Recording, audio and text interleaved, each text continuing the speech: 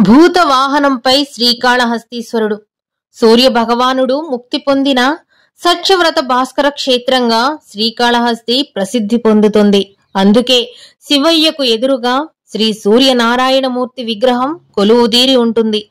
మహాశివరాత్రి వార్షిక బ్రహ్మోత్సవాల్లో భూతరాత్రిని పురస్కరించుకుని ఆదివారం ఉదయం సోమస్కందమూర్తి సూర్యప్రభపై, జ్ఞానాంబిక అమ్మవారు చప్పరంపై భక్తులకు దర్శనమిచ్చారు. పంచభూతాత్మకంగా పూజలందుకునే సర్వాంతర్యామి బ్రహ్మోత్సవాల్లో భూతరాత్రి రోజున భూత వాహనంపై కొలువుదీరారు.